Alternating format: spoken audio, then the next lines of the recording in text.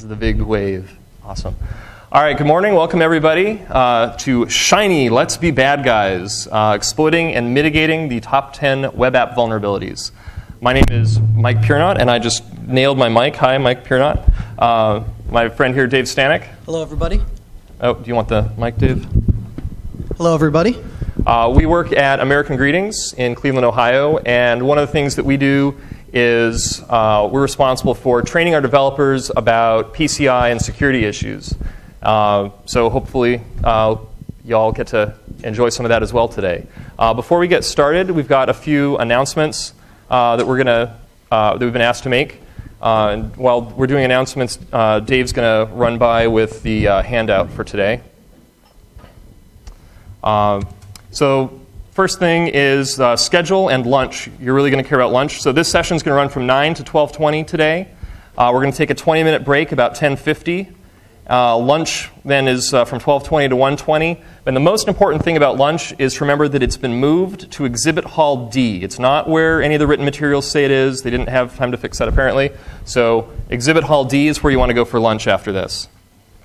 There are lots of volunteering opportunities at Pycon. It's a really low commitment thing. It doesn't take a lot of time, and it's a lot of fun. There's swag bagging this afternoon from 4 to 8 p.m. And I've been assured that the obligation there is just to come and stuff 10 bags or so. Drop by for half an hour, meet some people, have some fun, and then go on about your day. The registration desk also would really appreciate volunteers at any time. Just doing it for 1 or 2 hours is a huge help. But if you choose to do it on Friday, then you get an opportunity to meet everyone as the masses descend on Pycon. So it's a real great way to feel good and to help take ownership of the conference to volunteer. To see the current volunteering needs, you can go up to this bit.ly link, Pycon volunteering status. That's actively we need X number of these kinds of volunteers. And more sort of general information is out at bit.ly/Pycon 2013-volunteer. So I'll leave that up for a second. Volunteering is a lot of fun. You should do it. It's great.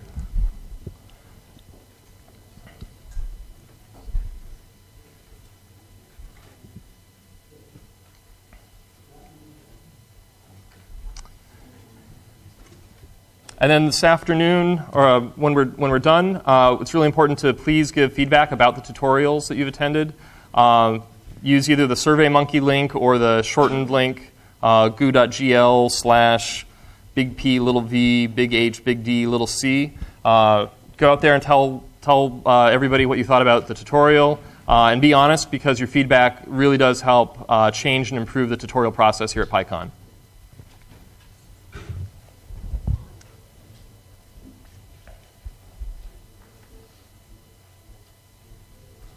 So like I said, my friend Dave is coming around with the handouts, but I'm going to go ahead and get started here. As you can maybe guess, some of you from the title of this talk, I still have feelings about Firefly. This deck originally was filled with wonderful stills, but I decided maybe I didn't want the copyright folks coming after me, so we get Grumpy Cat today, who's serving a dual purpose. So I want to ask you a question. Who out here has a vulnerable web app that you run? Show of hands, who runs a vulnerable web app? Okay, great. So you spoiled my follow-up question at the end. Good job. So why does security matter? Why does web app security matter? Well, so it matters for the safety of your users, right? The people who are depending on you for your service, who are trusting you with their data, who don't want to get hijacked with malware or have terrible things happen to them. The safety of your data is also really important, right? You might be storing medical information, credit card information, your users' personal information, which becomes increasingly important as different countries institute various regulatory frameworks around personally identifiable information. You don't want your data getting leaked out to the world. You don't want your password database getting compromised and you find out, the world finds out that you didn't salt your passwords or something. So that's no fun. And then obviously it's important to your business, right? Think about the kinds of harm that can happen to you in the event of a breach or data compromise or some kind of takedown. That could be anything from, you've had your systems compromised and you can't run your service anymore, to now I have to pay hundreds of dollars per compromised credit card for all of the identity theft protection and those kinds of services, which I think runs about, it can be as expensive as about $200 per compromised record. So that could be, if you're holding a lot of data, that could be a real game over moment for you. So there's a group called OWASP, that's the Open Web Application Security Project, and they're a nonprofit that's focused on improving software security. And they provide documentation and tools to help learn about security and protect your applications. And every couple of years, they update what they call the top 10, which is a list of the most prevalent web application security flaws. This is based on data from 8 different firms and has hundreds of thousands of vulnerabilities that they categorize and index and mine through. And they select and prioritize these based on the prevalence combined with exploitability, detectability, and the impact to you and your systems. And they just updated it for 2013. So in your handout, you've got the release candidate 1 of the 2013 top 10. So, ooh, exciting. So what we're going to do today is we're going to talk about each of these vulnerabilities in turn. We'll do a little bit of background information on what it is. We'll actually attack a specially vulnerable web app that we put together. So you'll get to try on your bad guy hat and see what it's like to think like a bad guy today. Then we'll discuss prevention and give some Django-specific advice where possible. And I just also want to give one disclaimer that the things that we do in here today against our own machines are for our educational benefit to help us secure our systems and things, and that some of the things you might be doing in here or learning about in here, if you did them to another company or without permission, could be considered a criminal act. So both we and Pycon are not responsible for anything you choose to do, and if we find out that you've used knowledge for evil instead of good, we will be very cross indeed. So please, use this information responsibly and for your education, and not to go be a terrible person. So setup. If folks have not gotten set up yet, we'll go through sort of the happy path first of making a virtual env. Everybody got the virtual env going on? Okay, so you've seen all this stuff is in the handouts and stuff as well. So you set up a virtual env, go into the directory, source the bin activate. I apologize in advance for the typo in our handout that has the slash in front of bin because I was stupid. Folks, I think, have been either cloning down the repository already. If you haven't, you might want to, if you've already got it pulled down, you might want to do a git pull just to freshen it up, as I think Dave and I were making some last-minute small tunings to it last night. And then installing the dependencies is just running pip install -r on the requirements txt. Now, if folks are not there, you're having troubles with the network, the USB sticks are going around. And basically, we want to unzip the source code and then install the dependencies just off the stick. And then when you're done with that, go ahead and pass it along. Who still needs the USB sticks, if anybody? Okay. Another thing I'm going to recommend also is, to help us save time, we might like you to pair up with somebody who's already got everything set up. So that way it gives you a chance to talk with a partner, kind of collaborate on some of the exercises, learn from one another.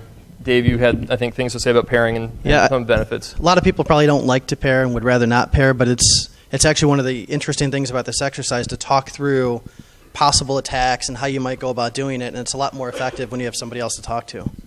So I definitely think you should pair up. And you want to give folks a minute or two with the USB sticks here? Yep, go down there. Okay, cool. The instructions slide for the USB.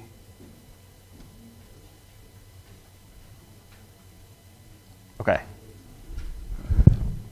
All right, and then once you've got everything installed, you want to go ahead and start up the application by running Python manage.py run server. So if you've done any Django, this should be real familiar. It's basically starting up this deliberately vulnerable app locally on your machine.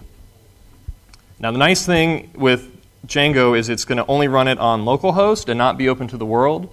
So none of your fellow classmates will be able to clobber your machine by hitting any of the actual exploits that are in this. But if you are sufficiently paranoid, you may be interested in not having your Wi-Fi on for a little while. I think they're like, you can tell Django to run things on 0.0.0.0, and it'll listen and for anybody traffic from outside your machine, and that might be bad news if somebody was going to be mean in this class. So please don't be mean.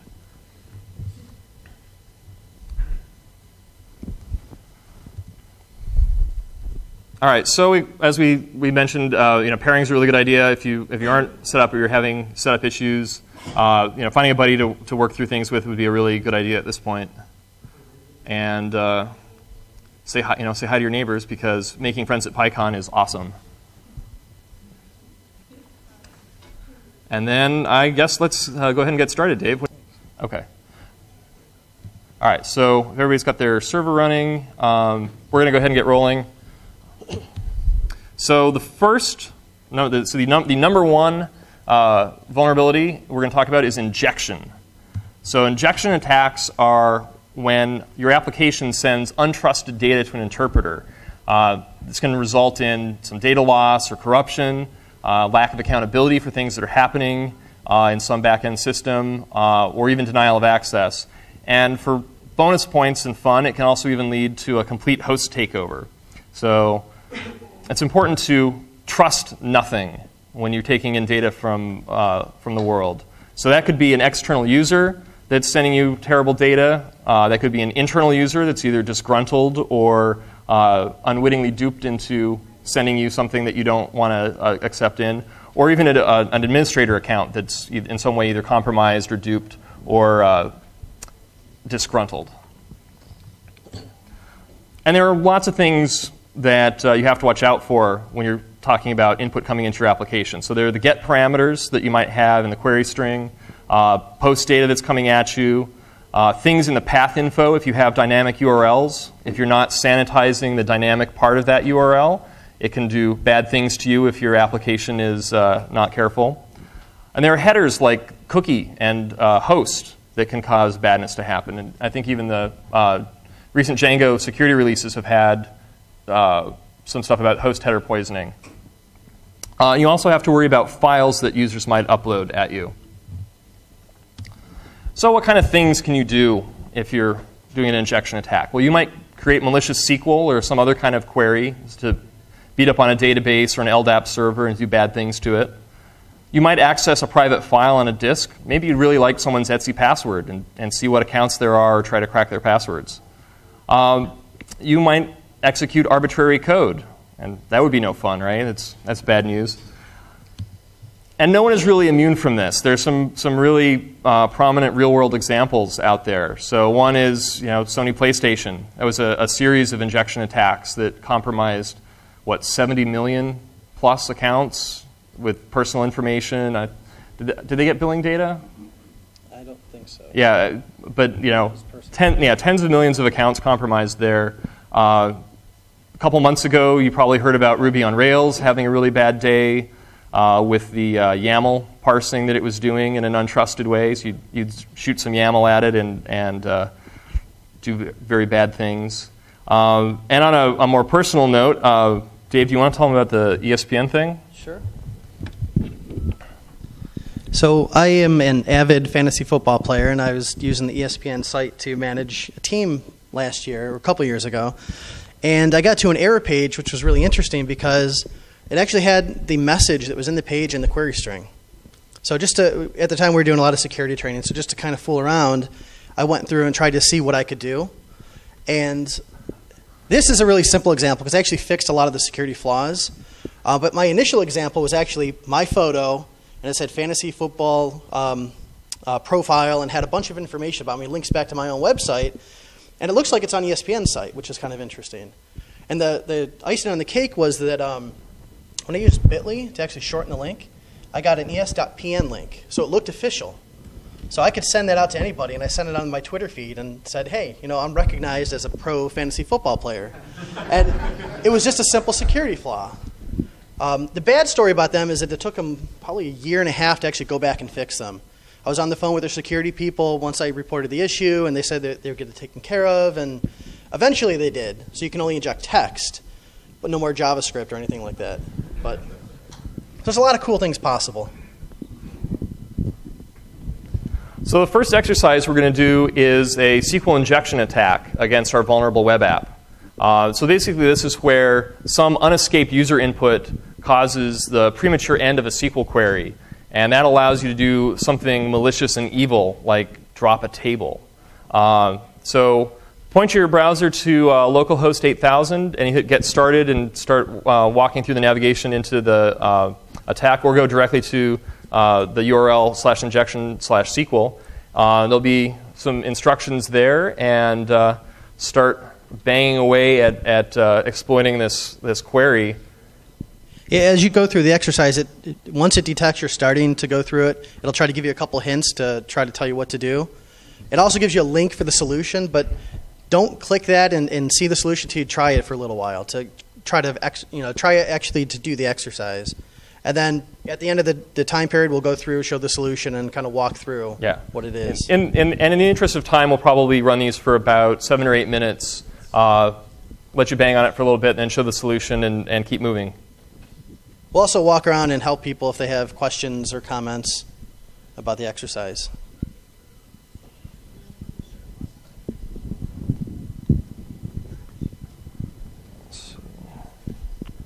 Should I switch over to the other thing? Oh, I've got the timer going.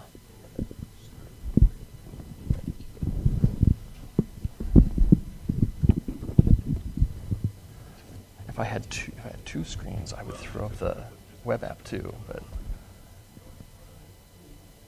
You can do that. When we show the solution, do you want to do it on? Yeah, I'll pull it up on the big screen with the solution. Give people a second to kind of Yeah. get into it. Yeah, we want more time on, so I'm not expecting to do it, but much like that. Yeah. See if those two. Yeah.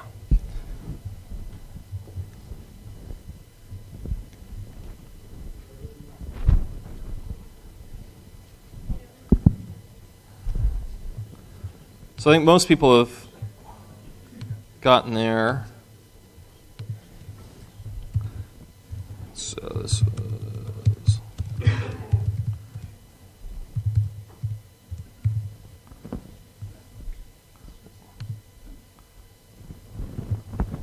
So basically what we're doing here is we need to end that open quote that we were inside, because we're injecting into that open quoted spot in the query. So that's why we need to start with the single quote. We want to add on that semicolon so we can get a second statement going on, and tell it to drop the table. And then this comment at the end is so that any other SQL that was in the original query won't get executed. Anybody have questions about that? So don't do that. All right, should we pop over to the next one, you think?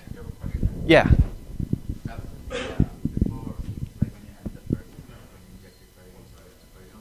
Mm-hmm. What if the original query is just a broken query at that point?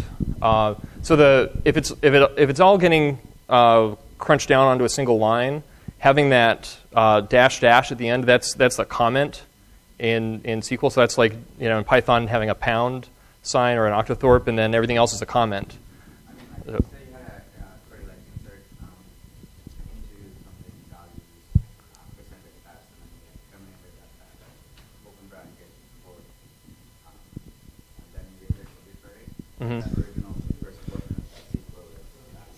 So not all SQL is going to be injectable, even if you're doing bad things, right? So like in the case of like an insert statement where you wouldn't be able to do this kind of injection, an attacker would use a tool to try to find other places they might be able to do this.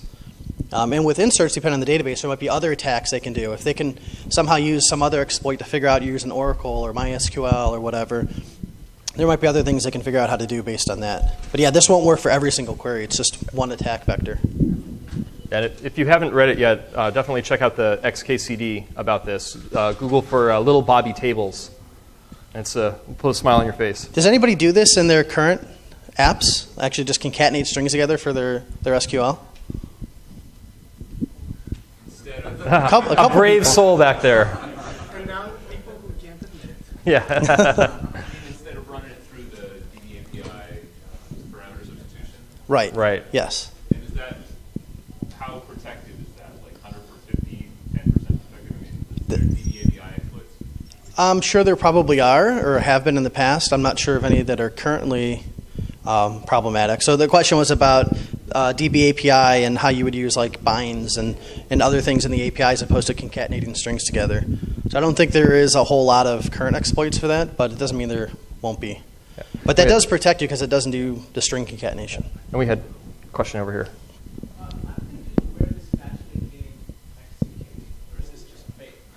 Some of this is fake in our app. So yeah, the app is kind of a toy. So there's some Python on the back end that's putting together that query, not checking the input, building up a string, and if it looks like kind of what we're expecting to do today, then it tries to normalize it to something that's kind of like what it expects as a broken, hacked thing. Then it'll spit you out the message. Otherwise, it'll give you the hints. So we don't actually have code that is vulnerable to this to look at, right? Is that right? It builds the query for you. So if you look at the code itself, you can see where it does the dumb concatenation, but it doesn't actually execute it. Because the first time you do it, you wouldn't have the table anymore, and you couldn't ever try the exercise again. The one that I think is actually a legit, real thing that you want to be kind of careful about is this next one, because I think we actually have the full file system open on that. You can mess your machine up if you do the wrong thing. Yeah, it'll be fun. All right, one more question in the back, and then let's. About the SQL injection one. Yeah. Isn't that like the code behind that, like purposely made to be able to be easy to do? Yeah. Like I normally just think whether you have an ORM and a structured data database. Yeah, absolutely. Yeah, if you've got an ORM, or if you have to build your SQL by hand, use some kind of like bind value facility to let you have those parameters injected by the database interface and not by goofy things that you've done as a developer. So yeah, and use those things for sure. After the exercise, we actually go through a couple of the things that could help prevent against these things. Yeah. So for our next exercise, we're going to access some private files on your disk. So we're going to do some file system access and some unvalid user input that allow attackers to navigate your file system. So if you hit next off of the last thing you're on, or you can go directly to the URL there, and that's the next exercise. And I don't think this one's too bad. This is basically a game of dots and slashes. Yep. It's a simple one. So we'll do like, what do you think, 5 or 6 minutes? 5 minutes? I'll go for 5. All right. A lot of websites do this kind of thing where they actually expose files that aren't in the doc root out to the real world without filtering the actual file path. So if you look at the example here, there's a simple photo sharing site where the actual token in the URL is the real file path when it's concatenated onto some other like constant in the application. So an attacker thinking that this may be the case will go and do some experiments to see what they can actually access through the app. So like in this case, you can get to basically any file in the file system just by navigating with .. to go up directories. So it'd be any file that the user that runs a web app is allowed to access. So if they're allowed to see etc password, you can grab the password file. If they're allowed to see shadow, and that's where like Unix usually keeps the real password hashes, because the app runs as a privileged user, you can see the passwords. Does anybody have this kind of problem in their web apps that they know of? Two hands. Brave souls. It takes a lot to admit it. I understand. Most of these we've had on our app over time, right? This is how we're kind of learning these things and understanding how to protect against them. Yeah. All right. So the third and last of our injection exercises, we're going to execute some arbitrary code. So some bad input is going to be dynamically evaluated and executed, and danger. So that's the next thing here. Let's load that up. So we've got a vulnerable form here that is either going to be exec'd or eval'd when something comes at it.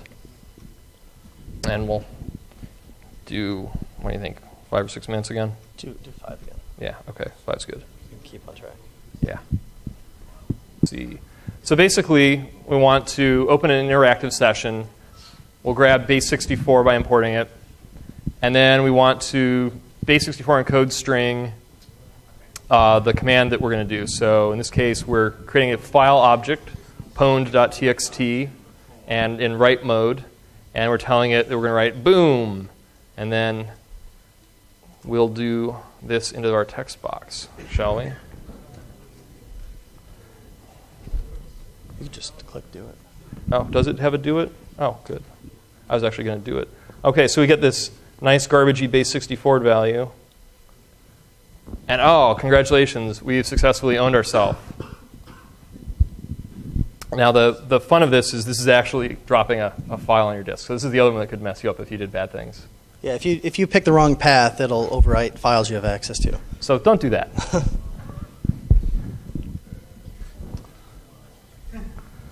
Okay, so let's talk about prevention of our. Oh yeah, question.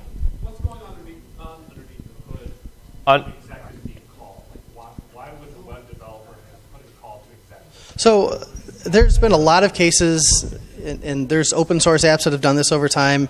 Our app in the past has done this where we needed to hold data around, and instead of using a data format, we would use like executable data formats, like either Python or something else that we could exec very quickly into a Python eval, object. yeah. Or eval it into an Yeah, object. I think eval was our thing that we squashed pretty hard. Yeah, so I mean that's one of those things that's just a convenience that you don't realize makes you open to attacks like this. So I had to parse Python and Python before. I had to install JSON packages. So basically, you just take the string, substitute true out for the correct JSON true, and evaluate it. So I'm using it on internal stuff, so it's trusted input. Right. So, Yeah, so there's we a should- comment on one of the reasons that someone in the audience was doing it is to actually, since they didn't have a JSON parser, to do some string substitution, then eval it back into the Python objects. So there's cases where it's a convenience, but it's just not there's a big security trade-off for that convenience.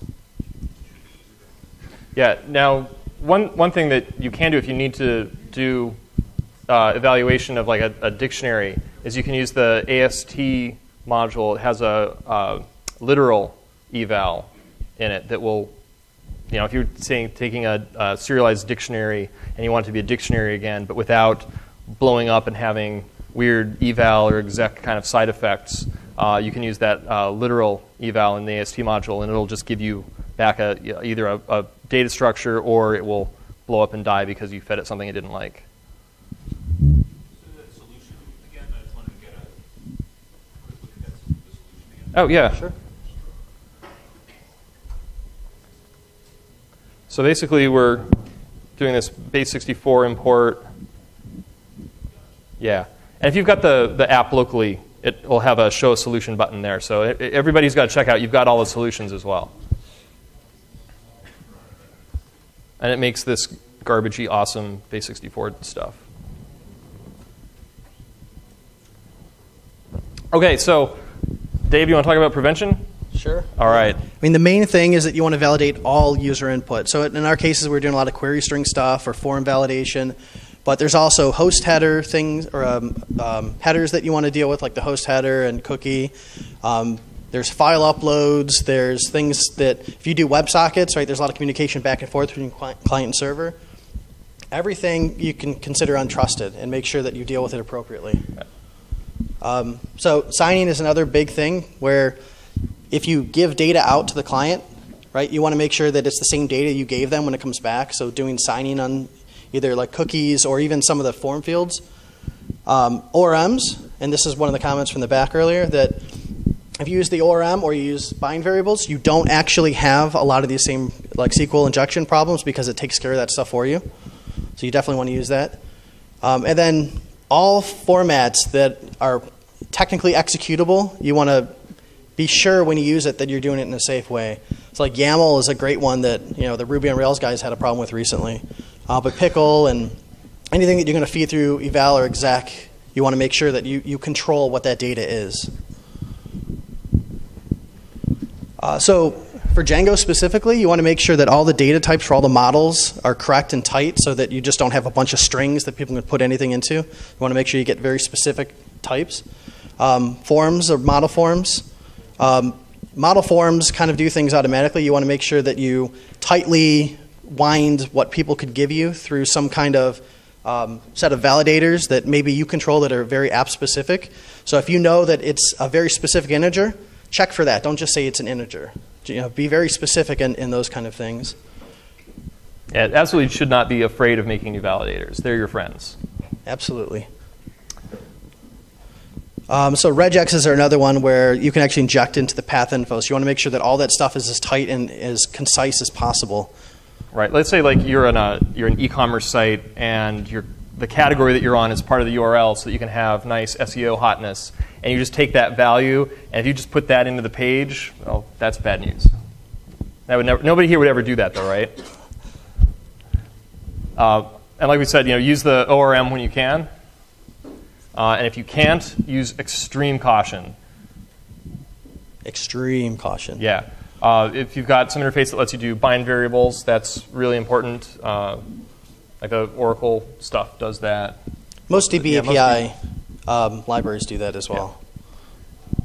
And please, no string concatenation or formatting of anything unsanitized that came from the client. You can't trust it. It's bad news. And it's not only bad news, but it's something that could affect you later down the road when you don't even realize it because you stored that in the database and eventually comes back out to you. So you would just want to make sure you always up front sanitize everything. Yep. It's not just the client. Sometimes it's not from your own database. Right. Yep. So even if you're getting it from your own database. Yep. Exactly.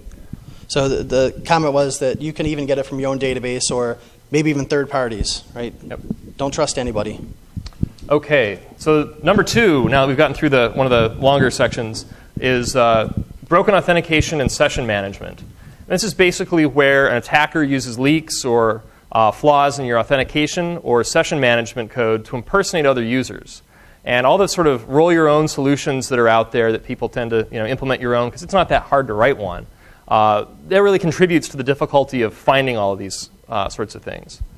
So things that can happen if you're vulnerable to this include compromised user accounts, worse, compromised administrative accounts, and the unauthorized use of privileged functionality. We don't really have any exercises for this because Django does a reasonable job out of the box. So we're just going to talk through some of the prevention and mitigation stuff before we get into some more exercises. So hash or encrypt your passwords, LinkedIn. Who else has been in trouble with this lately? Somebody the other day had a thing with this. Evernote. I don't know Yeah. they were very poorly hacked. Yeah. They're MD5 though, so that's cool, right? It's only for internal systems. What could go wrong? Don't let your credentials get easily overwritten. Like if you make it really, really easy to overwrite somebody's password, then that's bad news if you can get especially like an admin account. Obviously, don't put session IDs in the URLs. Django is really militant about this, which is good. But don't do it in general. I cringe every time I see a session ID in a query string. You should be allowing your session IDs to time out. And you should also be allowing users to log out. A lot of apps, like if you forget to do a logout button and somebody uses your app from a shared computer, like a web cafe or a library, they can come along and continue to be you. Yeah, question? So what's the logic behind that you don't put session IDs? Just because over the... Right. So, well, over the shoulder or browser history, right? Because if it's a get, then and you're passing that around, then that's out there. Just having it in the query string is dangerous because anybody could grab that from any proxy along the way, or any evil person that's in between you and wherever you're trying to go. If you're over SSL, a lot of this stuff doesn't directly apply because things are taken a little bit, so since it's encrypted from point to point, but there is still some potential for like the browser history if you're on a public machine. Right. Go and look and see what it was. Or you might be in a corporate environment where they're decrypting the SSL on the way to make sure that you're not trying to steal credit card numbers. So you can't always trust the SSL even, which is kind of scary and sad. rotating session IDs after successful login is probably a good idea so that your session ID doesn't persist forever. And having some kind of transport security for any time you're dealing with passwords, credentials, session IDs, that kind of thing is important. And we're seeing more and more of this as sites are going all SSL for their logged in areas. So some Django-specific advice. So you definitely want to use Django contrib auth just because they've taken a lot of this stuff into account and they've been building this. And if you do it yourself, you're going to basically be opening yourself up to any of the attacks that they've already found and fixed. And there's a bunch of other stuff out there on GitHub and other places where there's middleware and other add-ons to Django to make things more secure. Like in this case, there's a Django session security middleware so that manages the timing out, which contrib auth does not do. Yeah, and I should point out, we'll also have the slides up this afternoon, and I'll update the README on the GitHub repo with a link to the slides, so you don't have to freak out about trying to write down any URLs that you see in the presentation today. And we'll talk some more about transport layer security a little later on as well. So cross-site scripting is one of these that has a fun acronym, XSS. So this is the most prevalent actual web app security flaw that's out there. And this is when your app includes some user-supplied data in content that gets sent back to the browser without validating it or sanitizing it.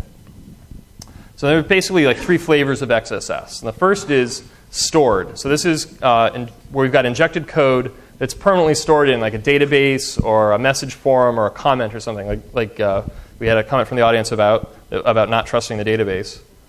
There's reflected cross-site scripting, where code gets injected in a live request to the server and then gets reflected back in the error message or a search result or something like that. So like if you enter text in like a search box and that is played back into the page without being sanitized, much like the...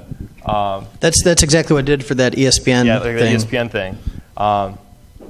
And there's also what's called DOM XSS, where the code that you're doing, some kind of malicious code gets injected in the DOM environment in a way that causes the JavaScript that's on the page to read that and then behave in some unexpected way. Like it might be expecting to read some value out of like a data attribute on some element, and if you can get into that and crack that, or maybe it's doing a query over like a bunch of different nodes that it wants to find, and then look at the data that's in there. If you can get into that, then it might be an avenue of exploit. So some possible things that can happen to you. You can execute scripts in your victim's browser. And what does that mean? Well, you can hijack their session. You can deface their website. Real similar to the Hello Pycon thing that we showed this morning. You can insert hostile content that does bad things. You can redirect them. You can go hijack the browser and send it somewhere else that might hit them with some malware and some other things that you could use to leverage into another attack. And this is most often seen in places where user-created text gets displayed to other users, so like a comment or a message board. So you have to be real careful in that. Any kind of form inputs where the value is getting populated with user-supplied data without being sanitized. Or in script tags where user-supplied data gets populated into some variable so that you can have your JavaScript work on it. So we're going to do a couple exercises with this. For the first, we're going to manipulate the path of a URL and get something bad into the page. So go ahead and load up the next exercise. And we're going to skip that. Insecure path matching. So basically, we're going to do some bad stuff with the path. What could possibly go wrong? I'll give everybody about 5 or 6 minutes to play with that.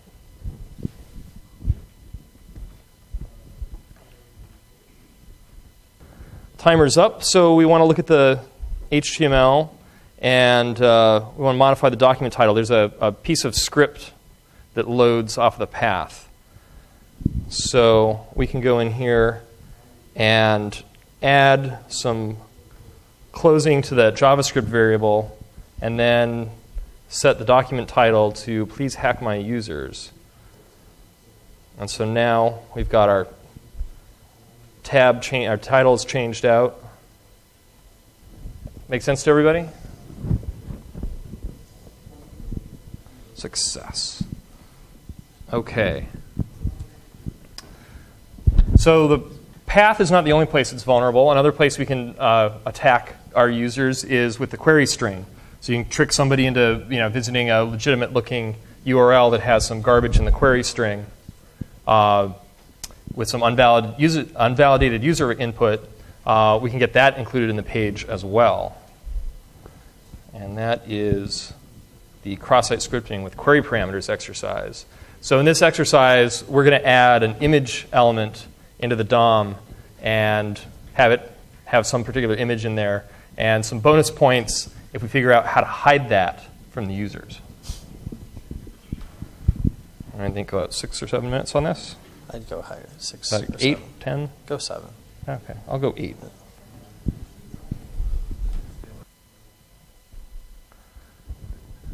Okay. So the solution for this is a little bit complicated, but pretty easy once you step back and think about it. I did it all in interactive Python so that you can see kind of what I did. Essentially, if you pasted this into your interactive session, and then the output of eurolib.quote could go directly into the query string. And so it basically just ends the existing JavaScript. So if you looked in the page, you can see where we just leave in part of what was in the query string into the JavaScript. So we end the existing JavaScript so we don't cause an error. We inject our own. So in this case, we create the new element. We add the source. And then we add the attribute display none so the user can't even see the image there. So in this case, the image renders. It pings the server in the background, but the user never knows that happened. And then we append it to the body. Right. After the body, you can see there's a couple extra quotes. That basically the double quote just closes off the existing JavaScript so that, again, the JavaScript doesn't have an error. And at this point, anything you could fit in the query string that's JavaScript, you could actually execute. You can delete the page. You can rearrange the page. You can reload your own content from a separate site. So there's a lot of bad things you could do very easily. Harvest all the session credentials and beam them to some bad guy. Anything that's in there. Imagine it was on a payment page and you scraped somebody's credit card data. Yeah, that could be very, very bad for you. Yeah, so and here's all this stuff once it gets quoted and injected into the URL.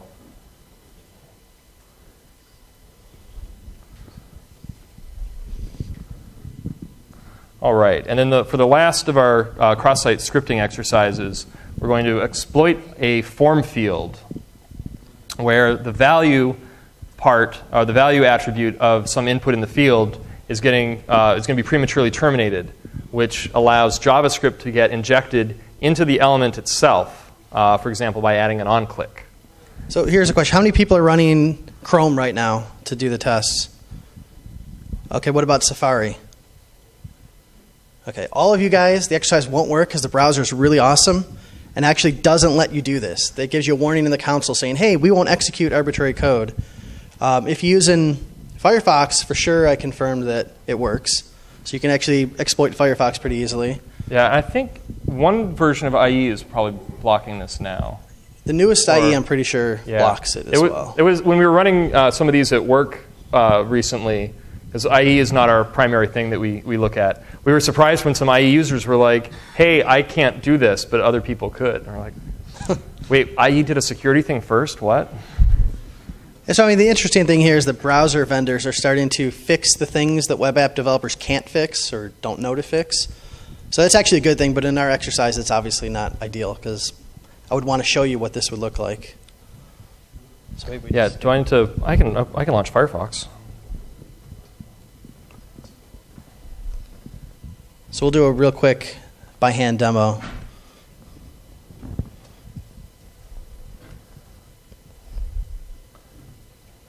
Let's see if it actually does it. Just do like a simple alert. What is this with the? Oh no! Look at that. Maybe my Firefox doesn't. What Firefox did you have? 1902. Or 18? Oh, wow, mine's really old. So you're actually doing stuff in here? That's what we're trying to do? Yeah, so do a double quote greater than. Yeah, here. So you need to close the form. Right. Oh, right. And then do a script tag and then alert and script tag. And then I did a start of an input that was hidden so that the rest of the HTML was okay. Like so. Take off the last double quote. Oh, right, That's right. actually in the You're right, because we're injecting into that quoted section. Ah, See? look at that. Yeah, so. So if you try this exact example on Chrome, it would give you an error message saying it can't do it. But obviously Firefox isn't as awesome at that yet, I hope. So we'll skip this one because most of you can't actually do it. Yeah, it's more fun if there's more of a mix of browsers out there. But the Chrome guys are being really proactive about it. Yeah. Yeah. So the positive story is between Django and some of the other frameworks actually trying to make it hard for you to do things that are bad, and the browser's trying to protect you on the other side, that these things are getting less and less utilized by attackers, but there's still a lot of things you can do to yourself that actually cause these things to happen. Are there any legitimate uses for that where like the browser trying to make you safe would get in the way of wanting to use something reasonable, or is it? Security tutorials.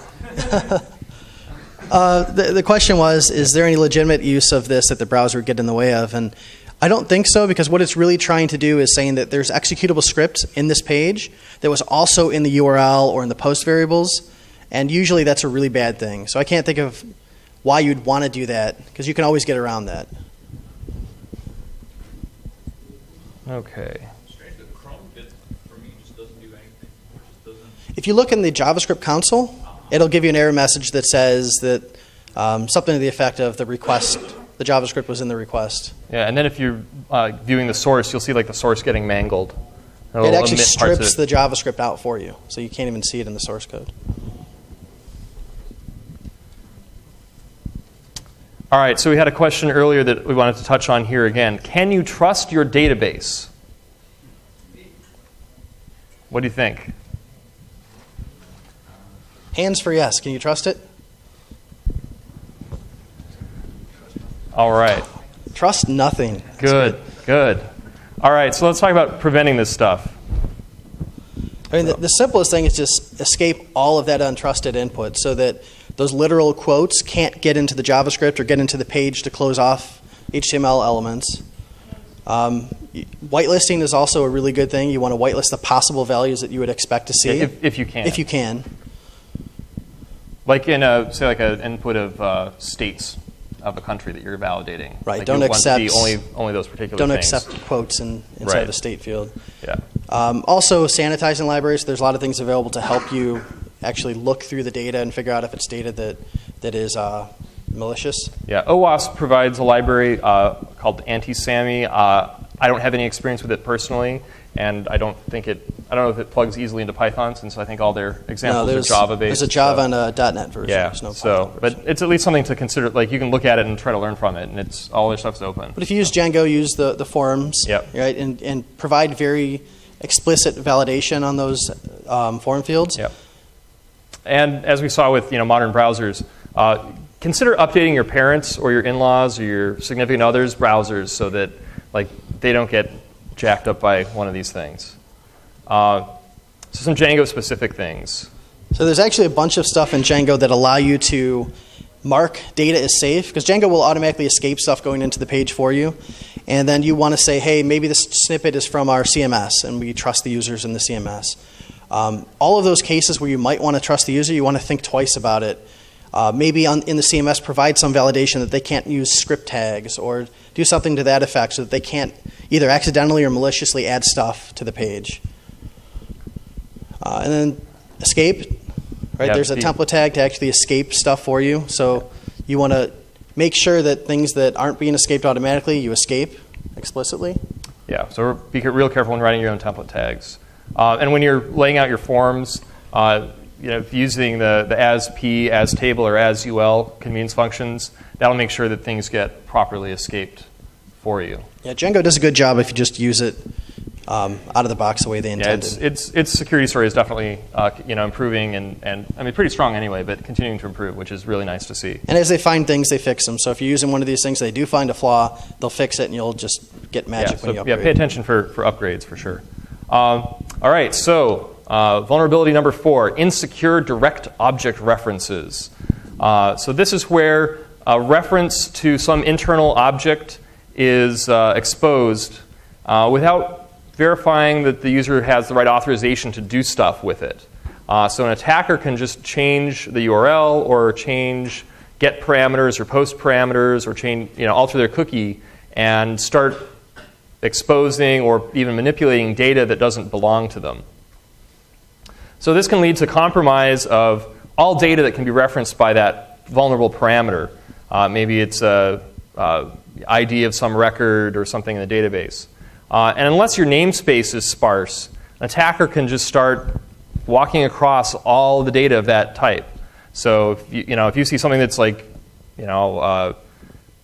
email number 123, and you can change that to be show me number 124, and then now you've got somebody else's information. So we're going to do an exercise to manipulate parameters in the URL to access data that doesn't belong to us. So that's in our next section on direct object references, and I'll get to that here. Say goodbye, Firefox. So in this exercise, imagine you're logged on with user ID 1, and there's a user profile page you can visit. What else can you do? And we'll give you a couple minutes with this. This one shouldn't be too bad. Oh no, user number 2 is an admin. And you know what? Let's change his email address so that I can own that now.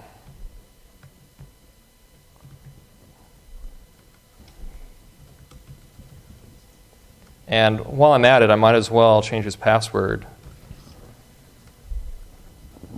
So now, because all this page checked for was maybe that you're logged in, but not that you're the right person, now I've just hijacked an admin's account. And I can do who knows what. And some of that exercise seems a little silly, but it's actually happened in the past. And people continue to do it because they don't really think about it when they're going through making these pages. Question? How would you actually do that in like a real Django app? Is it okay to use this self-request user, like in your templates or in your code? Yeah, so the question was, how do you do it in a real Django app? And yeah, I would do self.request.user, or I would use some mechanism, depending on what things you're doing in your authentication framework, to make sure that the user that's logged in has access to it. So it's not just that they have a user and that it's not an anonymous user. They have to be able to, via permissions or some other mechanism, have access to the data they're asking for. Right. So there's a permissions architecture that you can use to lock down the views in terms of the authorization. Another thing that's fun to do is customizing the query set in your model so that when you're looking up objects, you're looking up in a way that always is involving just the things that that user can see or that user can do. And in general, implementing some kind of access controls is really essential. And one interesting kind of suggestion that OWASP provides is implementing either per user or per session indirect object references. So let's say you had a drop-down that had 6 items in it. Rather than the value of each of those things being the literal value that you would want to store, you might just have it indexed, input value 0, value 1, value 2, value 3, value 4, value 5. And on the server side, map that back into the actual data that you want to manipulate or the data that you want to use. That's a little bit of extra overhead and process to think about it, but certainly an interesting way around that. All right. So I think we've got time for the security misconfiguration section before the break. Should be fun. Sure. So this is one where maybe as developers, if you're not an ops person, you might not have as much opportunity to screw this up. But basically, in a security misconfiguration, you've got some kind of insecure application settings, unpatched flaws, or pages that aren't used anymore. And so, well, we don't use it anymore, but nothing could go wrong, right? So nobody looks at it once it's out there and old and sad. So possible things that can happen to you with this. You can have unauthorized access to some data or functionality, or even if it's really bad news, a complete system compromise. So we're going to do a couple of demos and have some discussion around misconfiguration. And I'll pull that up. And then, Dave, you want to do the discussion stuff? Yep. So the first one is the secret Django debug toolbar. What did that? What's the bad news here? So this is actually an idea that I found in a client code base when I was working on something where they had a magical way. So if you're not familiar with the debug toolbar, it allows you to see like all the queries that are executed, all the data about the request, and a lot of stuff about the server that you potentially don't want an attacker to see. And it's safe by default because it really wants you to whitelist an IP address. But this particular client wanted to be able to just turn it on in production and didn't care where the traffic came from so their developers could debug when someone said there was an issue. So they have this middleware that just checks for the secret flag and would enable the toolbar. So now you can go and you can see all kinds of stuff about the request and about the server that should be kept private. So like here you can see not only the header values, but you can look at the queries if there were queries that are running. So now you've got information about the database schema potentially, and you don't want attackers to ever know much about the database if possible. Django does a pretty good job of nulling out password fields for like some of the settings, so you won't actually see the database password, but you might see the database username, and some of this stuff gives you kind of that next step for like a social engineering attack. So this is very, very dangerous. You want to make sure that all this stuff is hidden where possible. Oh, good. It blocked out the secret key. That's nice. They're pretty good about that. Well, they are now. This is why it's important to upgrade your Django. All right. And then should we hit this other one? Yeah, which one is that? The debug enabled in production. Yep. Okay. So this is what happens because Django is awesome, and when it throws a stack trace in your debug in your development environment, you get to see everything that happened. You can see your stack trace, your Python path, all kinds of stuff that came in, the request, all of your settings. So if an attacker could figure out a way to force an error in your website, which sometimes isn't all that hard, they'll see this nice debug page with, not only does it have a stack trace, but it has local variables along the way. So depending on what stuff you're talking to, maybe you're talking to, maybe they cause an issue when you're trying to connect to Redis or something else. You'll see a lot of that information in the stack trace, maybe passwords, usernames, all sorts of stuff you don't want them to see. So debug off in production.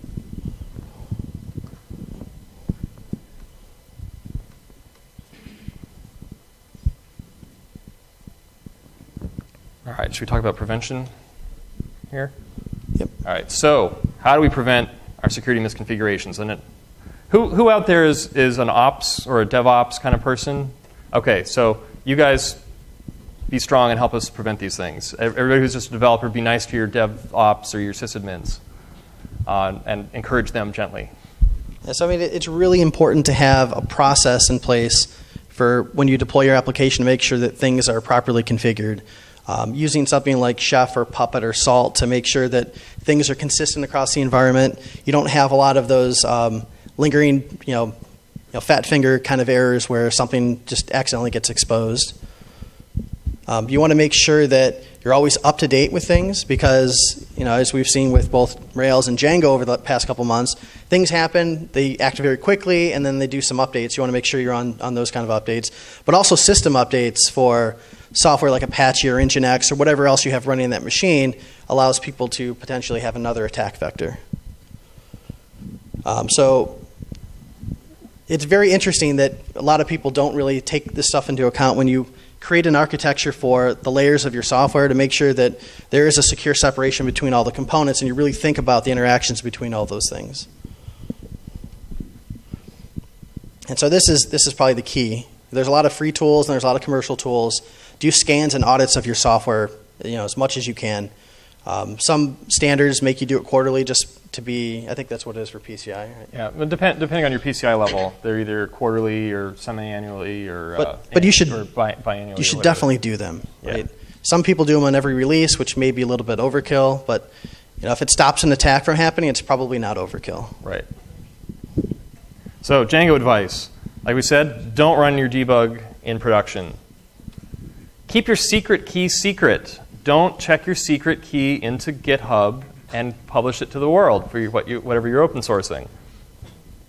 Keep your Python code out of the web server's root so that you don't have people wander around and, oh, what's this config.py or something that's out there. If you can help it, don't run the Django admin publicly. Especially don't run it on the same URL as your site. And if you have to have it out there, maybe don't run it under the /admin path. Obscure it at least a little bit. I think most people probably do this now and have the /admin just publicly open. But if there's a flaw in that, your entire application is wide open. So you want to think twice about doing that. Yeah, if you can, try to avoid using the built-in Django admin for normal user administration tasks, like letting your users, change their names or their passwords or their pictures or whatever. Yeah, there's a lot of stuff in there they can get into that maybe you don't want them into or seeing. And if you just provide very focused ways in your application for them to do their tasks, it keeps them out of all that gory stuff. So here's something we wanted to ask a question about. What about social engineering and security misconfiguration? How are these guys friends? So social engineering is kind of one of those interesting arts. It's actually not very complicated for people that are remotely good at it and personable. And it's really just a matter of finding the weak link in the chain, right? So in the case of having that the debug toolbar and you know some of the data about the schema or file paths, you could potentially call a developer for a company and act like you're one of the employees at a remote office and actually give them enough information they feel comfortable giving you more information. And it's one of those things where you just get a little bit more and a little bit more from different people, and now all of a sudden you have the keys to the kingdom. Someone gave you the password at some point in time. It doesn't work for startups where there's 3 people and they all know each other, but for a bigger company you want to attack that has 1 million credit card numbers, maybe you want to steal, these things kind of allow them that entry point into your system through other people. Yeah, like, hey Dave, did you see that crazy traceback? Exactly. What crazy traceback, Mike? Then it's all downhill from there. So we've got about 5 minutes before the official break time starts. Do you guys want to get into another section, or do you want to have a break a couple minutes early and then just come back a couple minutes early? Like, shout out. What do you guys feel like? Break early. All right, break early. Okay, so come back in about 20 minutes. So I think about right about 11 o'clock or like 11:05. 11:05 we'll start up again. Sounds good. Sound good to everybody? All right, awesome. So vulnerability number 6 is sensitive data exposure. This slide was originally Nathan Fillion sitting on a rock in the desert at the end of Trash, for anybody who's seen Firefly, but copyright and good taste had me change it. So just imagine that there. So anyway, sensitive data exposure. This is where some kind of failure to properly protect data like credit cards, tax IDs, or authentication credentials happens. And your sensitive data really deserves some extra protection. So that's encryption at rest or in transit, special precautions when you're exchanging it with the browser, that kind of thing. And this was actually recently combined from 2 other vulnerabilities. The first one was in the 2010 top 10 was called insecure cryptographic storage. So this is where you're not encrypting data that should be encrypted. You're maybe using an unsafe key generation algorithm, or you're not storing your keys safely, or you're not rotating your keys regularly. If you don't rotate your keys regularly, you stand a chance of something getting compromised. Or you're using weak algorithms when doing the encryption with those keys. I'm going to call out Evernote because they said MD5 was good enough for hashing their passwords. I don't agree. Or doing weak hashing or unsalting, not salting your hashes. So was that LinkedIn that didn't salt their passwords? So bummer. And then the other thing that this got combined from, oh yeah, we got a question in the back. Yeah, it was, got out. Okay, so the comment was that there's a rainbow table used to salt their passwords, and that the rainbow table got out, so yeah, bad news. And the other vulnerability that got combined into this from 2010 was what was called insufficient transport layer protection. And that's where you're not authenticating, encrypting, or protecting your confidentiality of your sensitive network traffic. So this is data flowing over the wire. So maybe you're using insufficiently strong encryption for your SSL, or using an expired or invalid certificate, or a certificate authority that most of the world doesn't know about or some part of the world doesn't know about, or you're using a certificate incorrectly. So when these things are going on, you can compromise all the data that should have been encrypted, like all those LinkedIn logins. And these kinds of things can be really sensitive. They can be people's personal data, their health records, their credit card information, user login credentials, things you really don't want to leak out. They could be really harmful to your business as well. You can expose individual users' data. This kind of thing can lead to account theft. So if you're not encrypting your connection back to your site and you've got a bunch of stuff in a session cookie, you can sit at the Starbucks Wi-Fi and run Firesheep and then be other people on Facebook, let's say, before they fix that. So you can have accounts being stolen. Would be really bad if you compromised an admin account this way. And poor SSL setup can facilitate attacks like phishing and man-in-the-middle attacks. So one thing that's really important to understand is you're not paranoid because they really are out to get you. A lot of examples of sites getting hacked through these ways, through this kind of avenue to then try to get shell access into a machine. And once you get into the network, you can sniff all kinds of traffic on the inside. So an attacker is basically monitoring traffic of your users. So like we said, this could be at Starbucks. This could be at your favorite conference's Wi-Fi. I hope everybody's running through a VPN or something. There's some good ones out there. It could be a back-end connection inside your server farm from your web server down to a database server or some other application that's running inside your farm. It could be inside your network. So to prevent this stuff, you want to talk about prevention, Dave? I'll let you run the keyboard. It'll be fun. So any sensitive data you have, you need to make sure it's encrypted, and you need to make sure that you manage the keys appropriately for that data, including like offsite backups. If you need to encrypt those, you need to encrypt them well. And so typically the algorithms in cryptography are pretty solid. It's the user intervention and using the algorithm that's usually the problem. So managing the keys is probably the biggest one. Yeah, don't store your key at the same offsite backup as your encrypted offsite backup.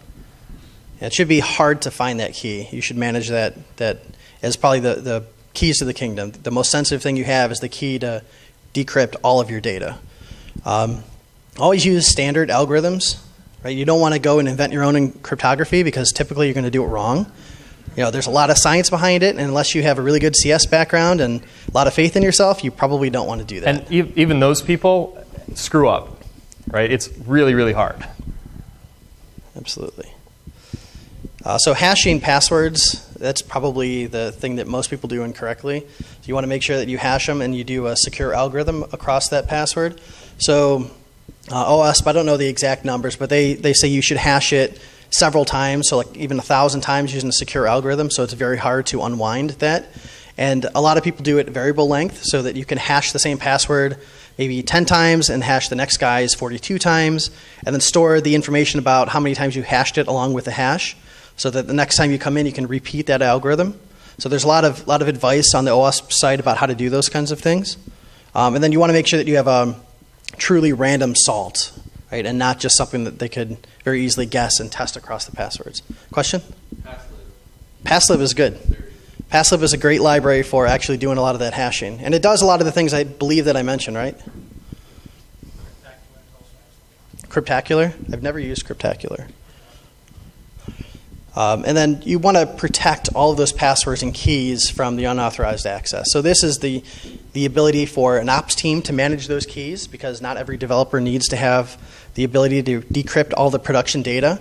So managing the passwords is figuring out who needs to have access, how they need to get the access, and where those things are stored so that only those people could get access to the keys. What's that? Bcrypt? This is another good algorithm.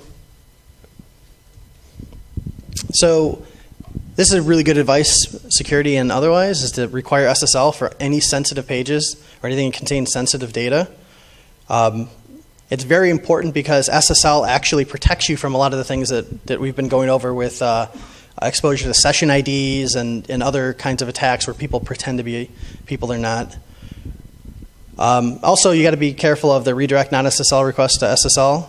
So this is a case where you want to do this so that people get to a certain place in your application that they're in a secure state.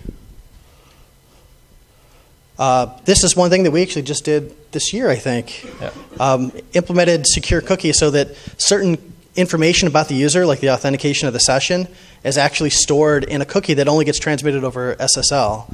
So this way you can't leak that information on an insecure Wi-Fi connection. Yeah, and if possible also the HTTP only flag on the cookie so that your JavaScript in the browser can't see the cookie at all. It's only sent over the wire between you and the server. And again, strong algorithms. You want to use the highest encryption that you possibly can across your SSL. And this is kind of the interesting one. You want to make sure your cert is valid, not expired, not revoked, and matches your domain. And I would say that you want to do this even for your test sites, because one of the things that people tend to do is forget about their testing environments and tell the users, don't worry about the cert, just click OK. And that kind of trains them to do the wrong thing even in production when they don't realize it. So you want to make sure that they're all valid all the time.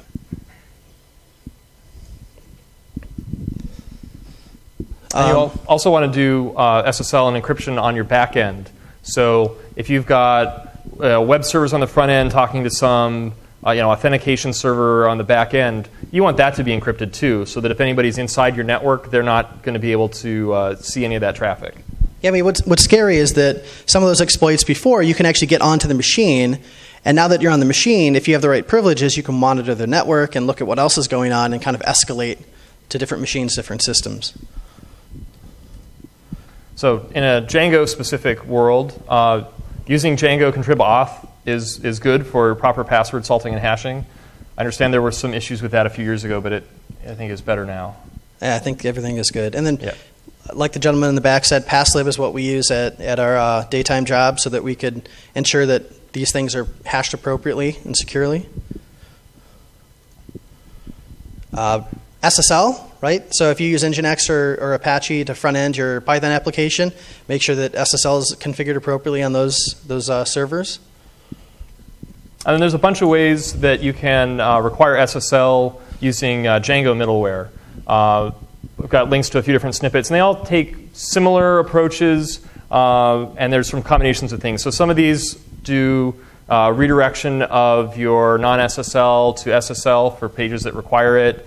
Others are doing things like tweaking the URL tag in Django so that when you are having your templates generating URLs, you can have the secure required URLs actually say HTTPS in the markup that lands in the browser. So that way, that kind of prevents you from even having to do that redirection on the front end as a user coming in. Yeah, it's definitely worth checking out those snippets just to see how they work. Yeah, it just so that helps you in terms of a traffic and load standpoint. You're not having to do that redirect and load the page again. All right, any questions about sensitive data exposure? All right, cool. So it's more of the fun stuff. Number 7 is missing function level access control. So this is where your application maybe doesn't protect its functions properly because of either misconfiguration or you forgot to check because we're all busy and trying to get stuff done before deadlines. So some of the things you can do to attack in this way. So an authorized user could change a URL or parameter to some privileged version of that. So maybe there's a page for showing you your thing, and there's a admin form of that URL. It's I think more common in like PHP that there's a foo admin to go with a foo page. So you might change that to be I can go hit the admin page with this now. And so there's also you can have anonymous users accessing private functions if those aren't protected as well. And you wanted to also point out that cookie doctoring can be, messing with your cookies can be a vector for this too, right? There's a lot of cases where you store the session ID in the cookie so that you know the user is who they say they are. But there's other cases where they add in some additional metadata into the cookie to say whether or not you have certain privileges, like a little admin flag in the cookie. So as an attacker, if I notice that's happening, either by sniffing traffic or doing some other kind of social engineering attack and trying to figure things out, I might just doctor my cookie so that I can get that access escalated. Yeah. And just because you don't publish a URL or don't link to a URL on your application, that doesn't mean that people won't eventually find it just by banging on it or trying all kinds of different combinations. So obscurity does not save you from that. We've actually had that problem in the past where we had an admin page that a developer put out there so they can manage certain things and didn't realize that somehow Google found it and it was actually indexed. Right? We didn't link to it. It was just somehow it got leaked out there. So that was fun. Yeah, it's very dangerous. Yeah. So some possible consequences. You can compromise user accounts, which is no fun if you're that user getting messed over. You can compromise administrative accounts. And again, the perennial favorite, unauthorized use of privileged functionality. So we're actually going to do that. We're going to access some privileged functionality by messing with the URL. So this should be next in a couple sections here, because we wrote stuff about sensitive data exposure. But we're going to do some exercises about this, but proxies don't see your localhost traffic, so it's not as much fun. So missing function level access control, we've got this kind of exciting flaw where we've got a URL that's vulnerable, so you can exploit it to attack our super secret admin area. Give everybody a couple minutes on that. Page that is most certainly not allowing us admin access. But what if we just used an action parameter to tell us that we can now have super secret powers? Oh, no, I hope no bad guys ever got in here. So it's not as common to use the query string to grant this privilege escalation, but there's still a lot of cases that you can get in and do bad things, like if you've got a cookie with an admin flag set. All right. Question? Yeah. So mitigating that, I mean, you're basically back to your access control way that every action has got to go pass by the checker. Yep. Yeah, so basically, for every page of your application, and you do need to know what every page of your application is. You don't want any surprise leftovers that you forgot about from 4 years ago kind of a thing out there. Consider every page and whether it should be public or privately accessible. If it should be privately accessible where authentication is required, make sure that your checks are in place for that. And if there's some additional authorization required, make sure that those checks are in place too. Making sure that they're the right level of user accessing it every time somebody's coming in. And in general, it's a really good idea to deny all by default and explicitly grant access only to particular users or particular roles using whatever your access control mechanism is. So in Django... So Django's got a couple really good things that help you out, right? So it's got a built-in permissions architecture, so you want to take advantage of that if you can, so that you can set different permission levels for different items that you want to protect and who's allowed to see those. And that works in conjunction with the contrib auth. And then we had this discussion right before right after the break started where don't use the built-in admin for normal user stuff. So actually go back and think about what the users actually need to have access to and then build that, maybe using some of the Django admin components because a lot of those things you can reuse in your own admin, and lock that stuff down. So it's a lot harder to lock down something that you've just been given, like the Django admin, where there's a lot of stuff. It's much easier if you kind of understand what you're building. You have a small, focused application, and then you just lock it down as you go.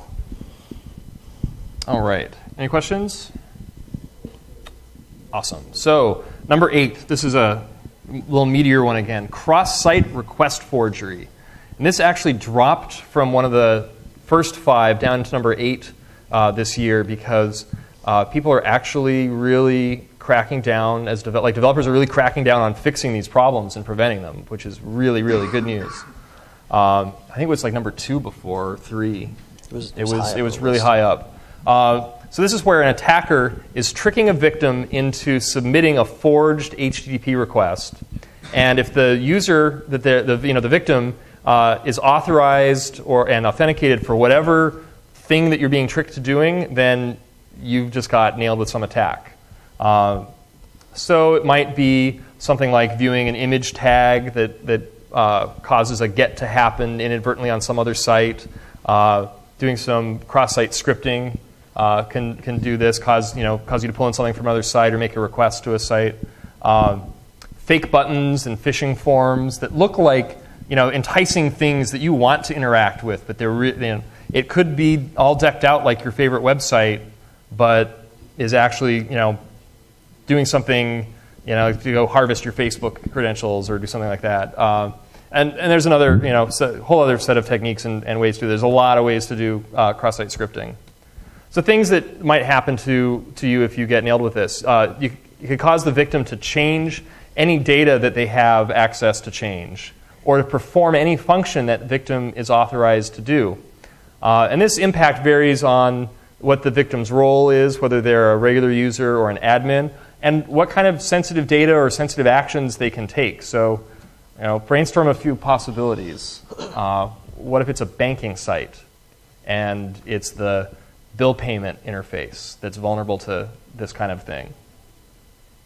Yeah. So it might be implemented. You got an image tag, and the source is actually something where it's going to build a URL to go out to Facebook, and it's got the query strings, and you've got your Facebook log authentication in the cookie. Right, because you're hanging out and you've got Facebook open in another tab or something. And yeah. So you click on this image link, and Or the image you visit a page that has it on there. So like there was a cool exploit. Is this the one that we linked to? Gmail one? The Facebook one. There was a cool Facebook exploit at one point. Their logout would happen was available on gets. So you could make an image that would cause someone to log out of Facebook, and then you take that and you post it to their Facebook wall. So every time you logged into Facebook and went to your wall, you'd get logged out of Facebook. So there's these other two that are listed here. This Facebook one is actually a way to, or was at the time, to post something on somebody's wall that would, anytime someone would view it, it would automatically add an app to their list of apps that they've subscribed to. So you didn't actually have to go and say, yes, I want this app. It would just magically do it in the background for you. And then that app could then go harvest stuff using whatever permissions that you didn't know you gave it. Right. And then this Gmail one still works right now. If you go to that URL, it will log you out of Gmail. There's actually an iframe in that URL that actually goes to logout, which is a GET request. So it's kind of scary that it still works. Yeah. So what we're going to do is we're going to craft an image link that triggers some kind of site functionality here. And this can also be done in an iframe if a GET request works, as well as an image. But let's pop back over to this. And we're going to do this. So we're going to try to get a gift card for eviletevil.com for $100. And I'll give everybody, what do you think, about 8-10 minutes? Yeah, we go for probably 10. I'll do it at 8 and we'll see where we're at.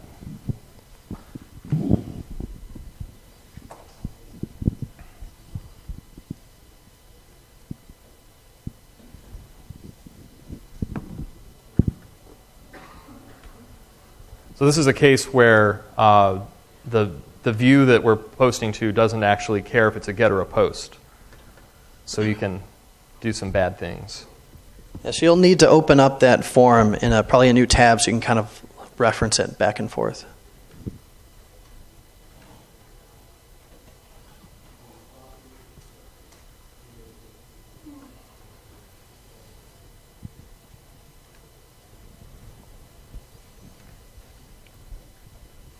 Just wander for a little bit.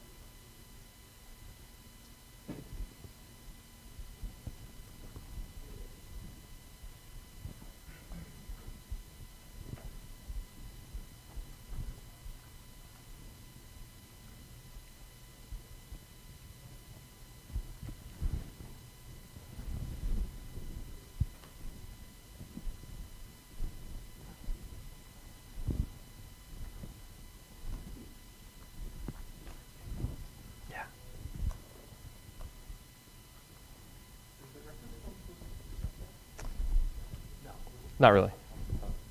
Basically there for reference.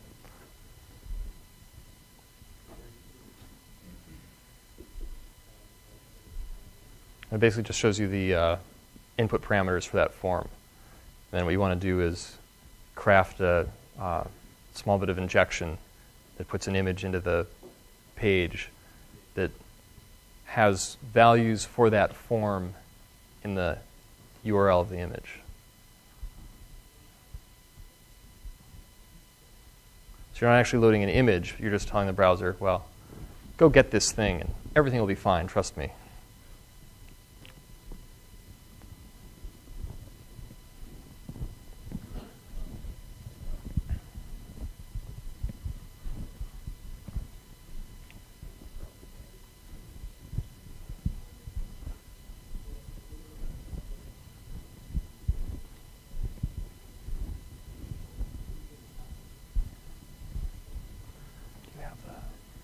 You have an automated solution for this one too.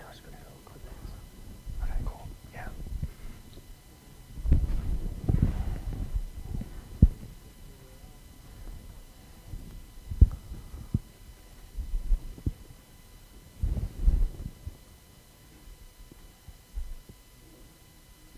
I see you were trying the exercise.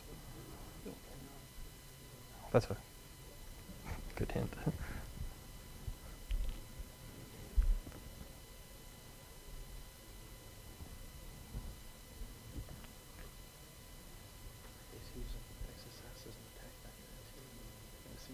Mm-hmm.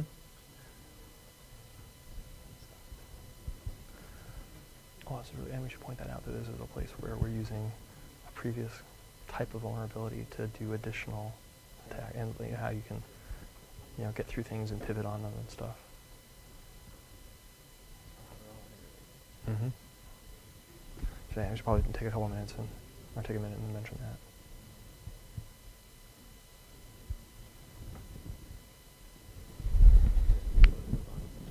Yeah. Oh, yeah, absolutely. I agree.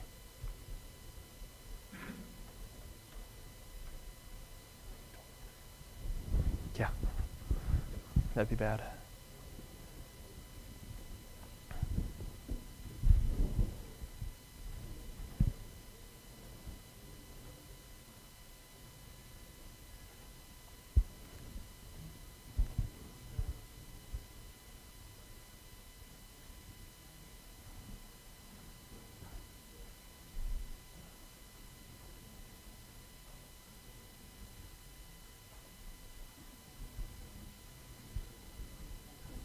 Yeah, I got about 2 minutes left.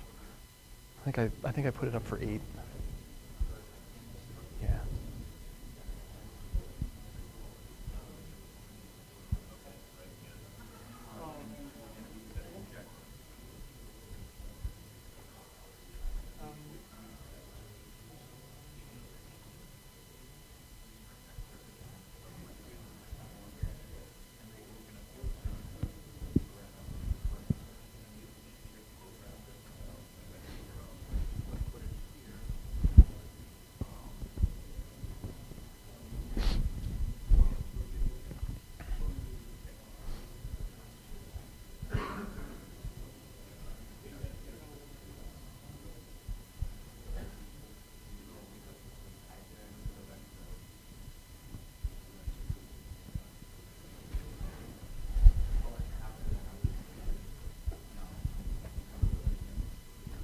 So one of the things I'm noticing. Hey.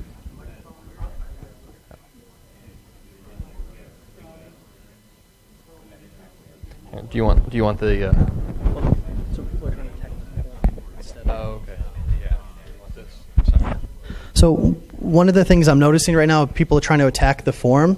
The form is really there just for reference, and then you want to use the QS parameter on this page to basically do a get to that form. So you're not actually going to attack the form. You're going to use the form as like the third-party site you want to actually invoke, but you're going to invoke it from this page.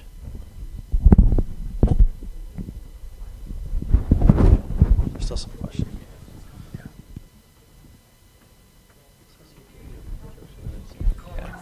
You want to do 2 more minutes?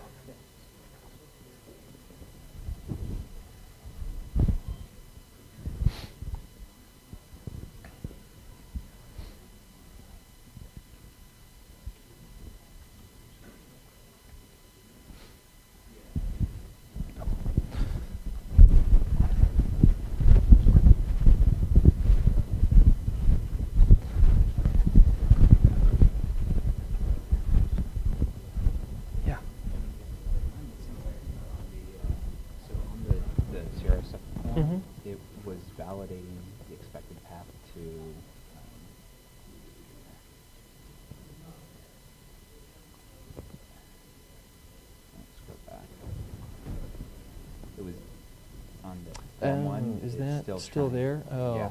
oh, that's a bug. Yeah. Okay. Yeah. All right. That's a problem. Sorry about that. Okay, that's fine. I just wanted to make sure I hadn't missed something. Yeah, no, that's probably a bug. That's exciting. Okay. Yeah. That would be the old this set of exercises, like pre-porting path. That's a thing.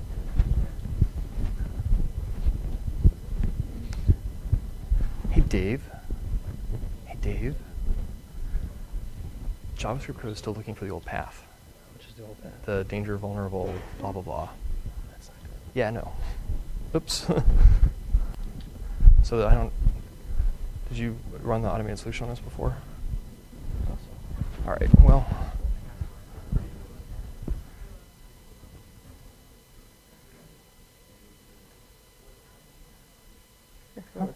Interesting. Do we? Okay. I guess we had a old, or he might have an old thing. That could be. Yeah, so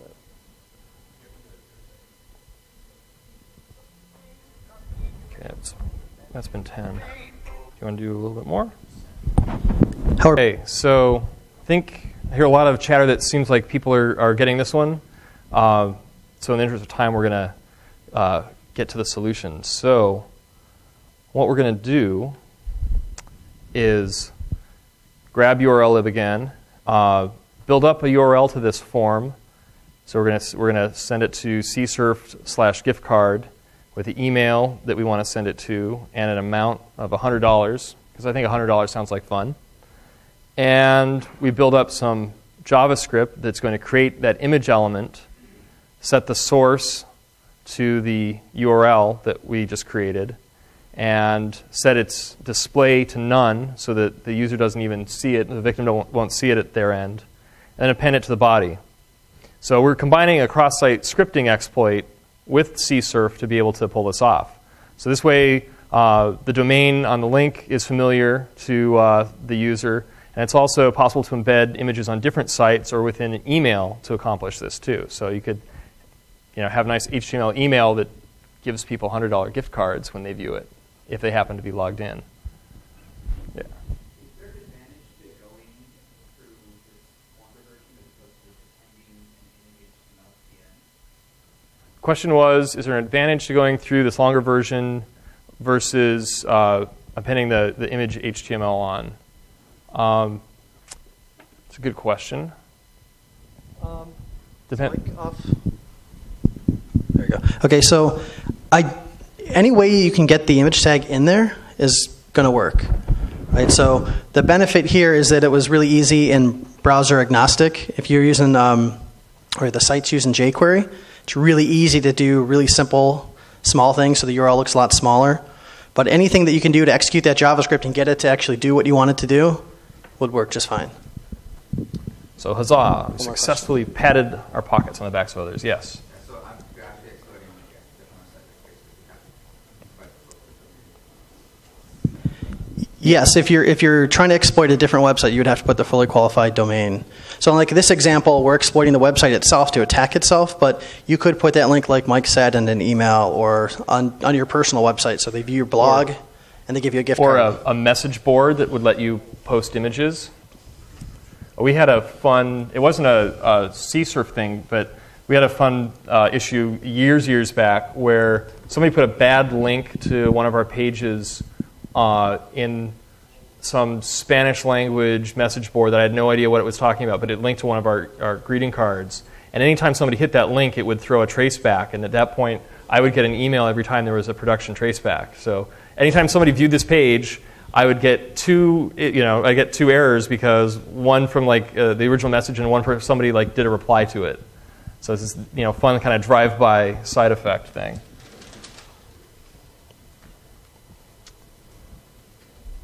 All right, now for the sort of what if, imagine a banking site that has a transfer function you can call.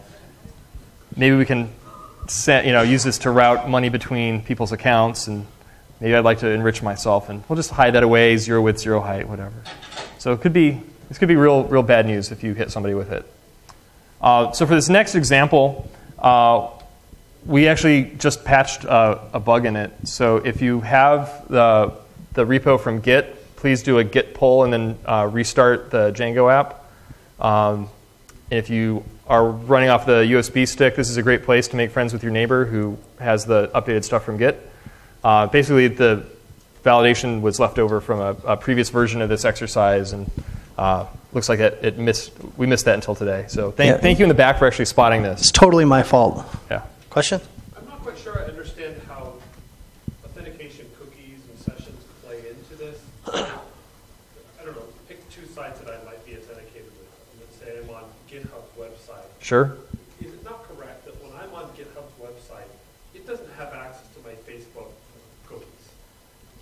It doesn't. It doesn't, but you do. So if I somehow embed something into my GitHub README that renders as HTML, that has a link in it that somehow talks to Facebook and does something on Facebook, that will execute as you to Facebook and do whatever the action is. Right, because your browser will cheerfully send, your browser will say, oh, I'm making a request to Facebook. Let's see if I've got any cookies that I should send to Facebook.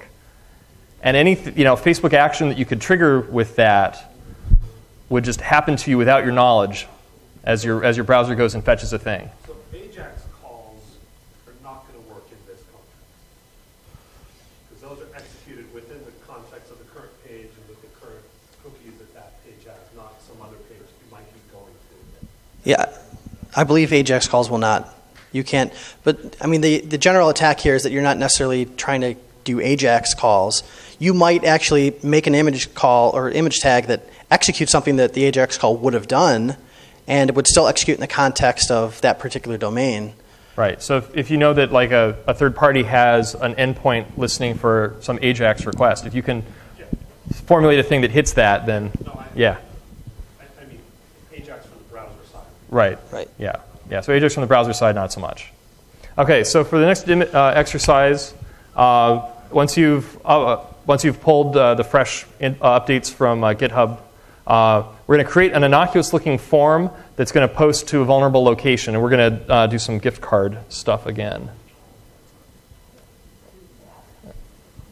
So this is simulating the idea of an attack from a third-party site that controls the form, using something that's enticing, like I want to view photos because viewing pictures of people's cats or small children is a thing that people do on the internet, and that people will want to do. But instead, we're going to use that same vulnerable gift card form to send gift cards to ourselves. So in the first example, it was able to use the GET request, right? So the site was vulnerable to actually making side effects via GET request. In this example, the site is presumably smarter in checking for posts, so you have to kind of mimic what a form would do. So if you think about those other sites that you would go to and say, yeah, I want to enter the site, you click the button, or yes, it's me, you click the button. And anytime you click that button, that could actually be a form post. And if it's a form post, where does it go? Is it to a third-party site, or is it to the site that you're on, or both?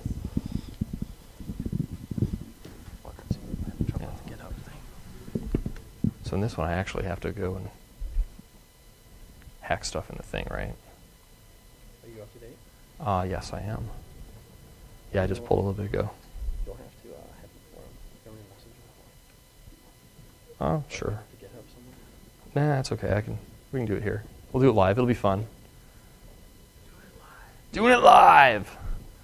Well, there's nothing quite as much fun as like patching the next exercise while people are working on the one right before it. That was pretty cool. Achievement unlocked, I think, if this manages to work out for everybody.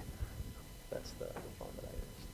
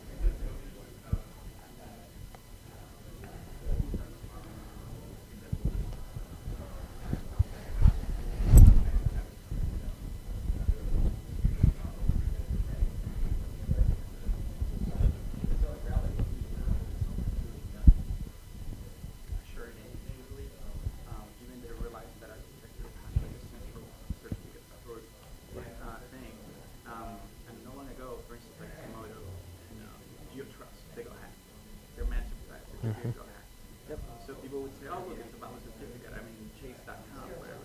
It's JP Morgan. And he wasn't really JP Morgan. He wasn't a malicious hacker who did people's account. Right. So it's like, just to illustrate the point, like SSL, yeah, it's good for transfer of the data, but it's not really, doesn't really guarantee anything. So Right, like Mike said earlier, like corporations actually override your certificate, so they can validate the outgoing request. So even though you think you're talking to Chase, you might be talking to an endpoint that the company controls, and your machine trusts all of their certs. So you say it is whoever it wants to be. So there's some other layers of things that happen that your data can be exposed. yeah, especially if they have some sort of distributed, backends or whatever, which probably do, like traffic and whatnot. Yep. And then you're getting one of those like a asterisk certificates, like a wildcard. Sure. And then you can be connected to an unsecure server and you don't think that work on your server just because the front end leads you to believe otherwise. Right, and SSL only protects you against a couple of these things. Right. No, but it's just like one thing in general. That you'd be surprised how common people Well, I would not be surprised. think that, oh, it's SSL, don't worry about it. We're covered. Yes, we're covered. Yep. So. We are a little bit under 20 minutes left.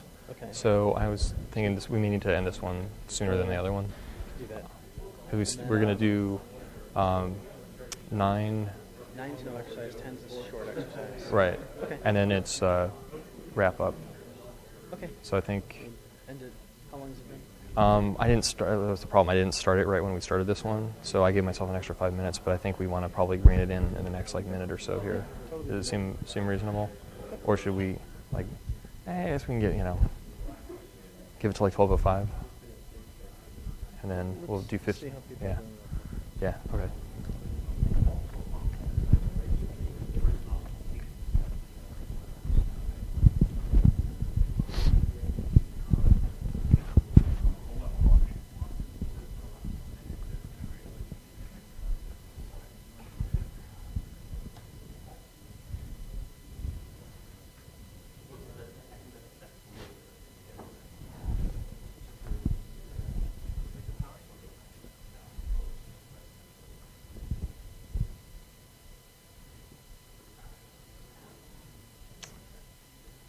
Show of hands real quick. How's this coming? Show hands up if you got it kind of going. Okay. In the interest of time, I may cut this off in about a minute, just to make sure we get through everything today. If that's cool. Yeah. At least I hope I'm done. We'll find out.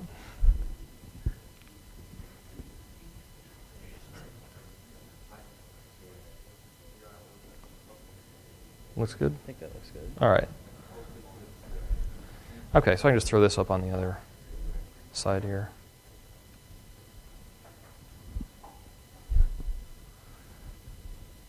Yeah.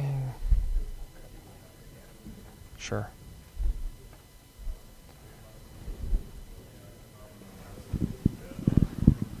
Want me to go ahead and sufficient time? The time? You think? All right. Okay, so I'm going to go ahead and show the solution that we did.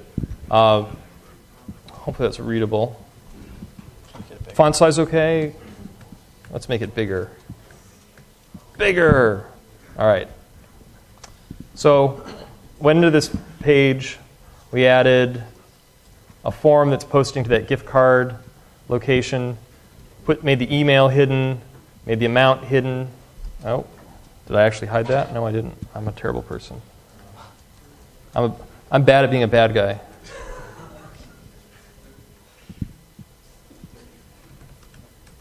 Do it live, he said. That'd be great, he said. All right, this is actually, I think, my first live coding at Pycon, so feeling good. 9 years of Pycon, my first live code, and it goes goofy. All right, and then a nice enticing submit button that says view photos. So let's save that, and if I've done it correctly, this button, I'm going to see cute kittens and babies and stuff. Oh, but I've just given money to the bad guys. All right. Yeah. So I'm a little surprised that browsers will do cross-domain posts like that. Yeah. And Yeah. that's a really good point. Cross-domain posts are most of the time not going to be what you would want to do. And how do you, as the say you're the company that runs the gift card site, how do you protect against this? So, if you're the company that runs the gift card site, let's talk about how we prevent things. So don't do things on a get. That's bad news, right? Because then Google comes and indexes like your delete link or something and then wipes out your user data. That would be no good. In general, with CSRF mitigation, you're looking at including a unique token in some hidden field, often in concert with a cookie.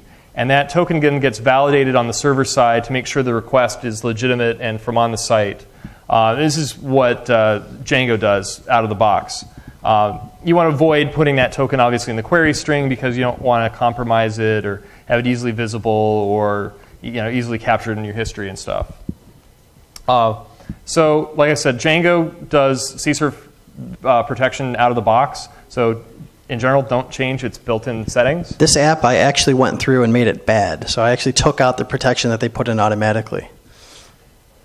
There is a CSRF middleware that comes enabled out of the box, and then basically you put a CSRF, CSRF token tag that goes into your form template. It's usually like the first thing that you'll see in the form. So you'll have like the form element, and the first thing after that, somebody will do curly brace, CSRF token, and close the curly braces. And that way, you're good to go, and that form is not going to get CSRF'd. Yeah, so what Django does is make sure that if you use that when the post comes through, the original form was actually shown on the website. So it uses that token and a cookie that it sets with the middleware to make sure that it's the same person and they got it from the right domain. So you can't actually put a form on someone else's domain and enable that, right? So the cookie is only for your domain and not for this third-party domain. Right.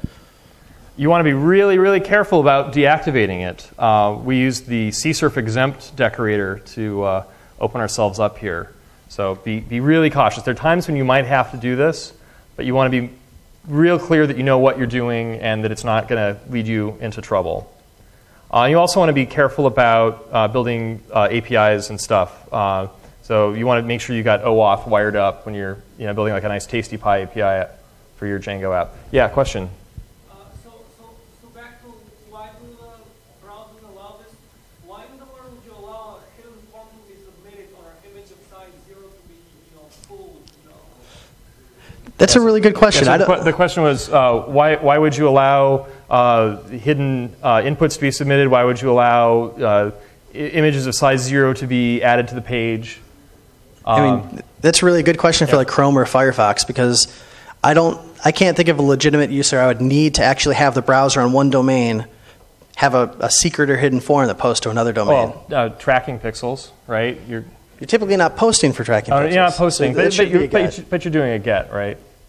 I can see the gets. I don't see the post utility. Was there a question in the back? No, that was going to be the same thing. Okay, cool. All right. We got about 10 minutes left, so we're going to kind of breeze through here. So vulnerability number 9 is using known vulnerable components. So this is obviously kind of pretty self-explanatory. So your libraries, your frameworks, and other modules are almost always run with full privilege of the app server. And it's really hard to stay up to date on everything. And do you know even all of the dependencies you have and their versions and the dependencies of those dependencies? So any component with a known problem could be identified and exploited by some automated tool, at least to find them. And then the attack can be customized. So attackers typically identifying some weak component through scanning or manual analysis. Maybe they see, from your headers, you're running an old version of Apache, and I can do some bad stuff to that, or an old version of Django or something. Then they tweak the exploit as needed for that. And this is harder to do the deeper into your application stack the component is. Obviously, the closer it is to the outside, the easier it is to find it and know about it. So the full range of weaknesses are possible here. The impact could be really minimal, or it could be a complete host takeover, game over, data compromise, all kinds of bad stuff. So OWASP suggests that you not use components you don't write yourself, which is, as they admit, also very unrealistic, because you also don't want to write your own crypto, right? So security is not a destination, it's a journey, and sometimes these forces are at odds with one another. But what you really want to do is you want to make sure that components you do use are kept up to date. And you want to identify everything that you run and all of its dependencies and all the versions that you have out there and then monitor them for updates and understand what their security situation is. Django specifically, when Jacobian on Twitter says there's new security releases for Django, as there have been over the past couple months, upgrade. It's important. This is like, Rails having its thing and everybody freaking out with their hair on fire and upgrading. You need to upgrade when somebody has a security release. Any questions on that? All right, cool. Easy peasy. Last set of exercises, unvalidated redirects and forwards. So this is where an attacker is going to try to trick you into visiting a URL that redirects or forwards the request to something else without validating where it's going. And the users are prone to click on these links because it's a legitimate site, and it seems like I want to go there. So unfortunately, being redirected through somewhere malicious means that they could install malware, they could be subject to phishing or other information disclosure attacks, or they could bypass access controls and get into something they're not supposed to. So we're going to do 2 quick exercises. In the first one, we're going to use a redirection URL to redirect to whatever your favorite external domain is. So a lot of times you might have something on your site that needs to redirect you, like when you're going from HTTPS back to HTTP, and you want to avoid having your browser alarm you that, like, hey, we got redirected to a non-secure location, what gives? So our vulnerable code base has one of these awesome vulnerable redirect things, so we'll attack that and make it go somewhere. And this actually does the redirect inside itself, so we have to go read what this link is. That's my big hint for this exercise.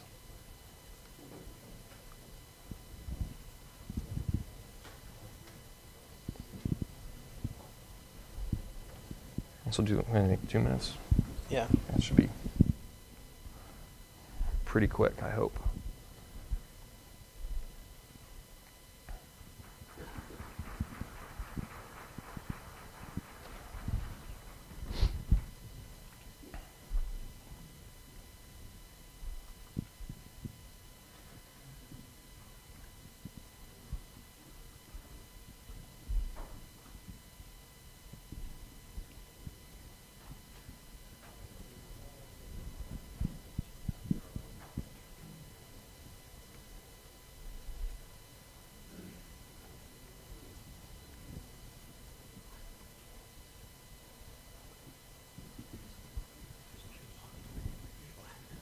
Yeah, we should have. All right, who has a favorite evil third-party domain that they're redirecting to? Google. Ooh. Reader! I've been really entertained watching the anguish as people around me react to that news. Like, somebody will be like skimming through Twitter on their phone and suddenly like, what do you mean Reader's shutting down? And, huge sorrow. Then somebody else sees it 20 minutes later. It's been sad, but also amusing. All right, so this could be pretty straightforward. We could go to like example.com, and it sends us off there. All right, so that's bad news. We shouldn't do that. Everybody pretty much got how that works? Pretty easy. Question?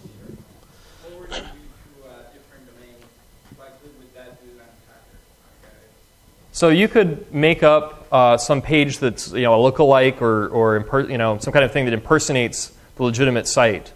And if you've got a redirect for that, then your end user is going to see, oh, legitimatesite.com, great, I totally want to click that. And maybe it's even in a button or something. And the redirection then takes you to something that looks like where they think they want to go, but is busy installing malware on them or something when they land there. But you still would see the URL that you were forwarding. You would once you land, yeah.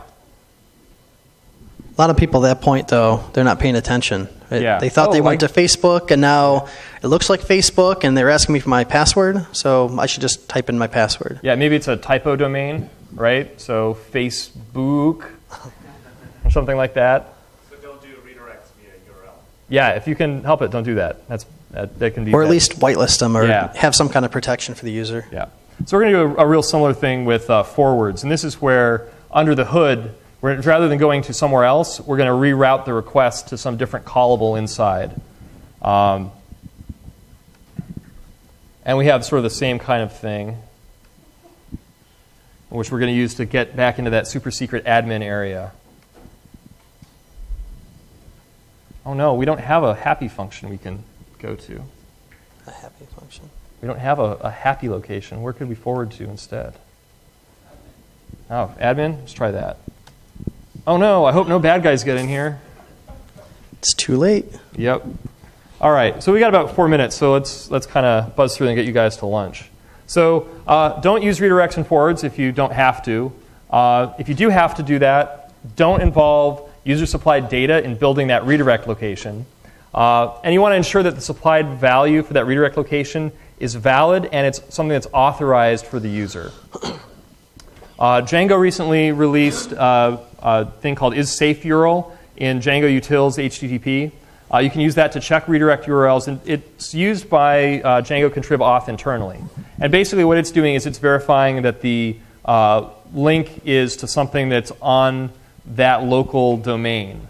So if you're on example.com, it would only make sure that all of those redirects would be restricted to example.com. You might also want to consider wrapping isSafeURL if you have to allow redirection to other off-domain URLs.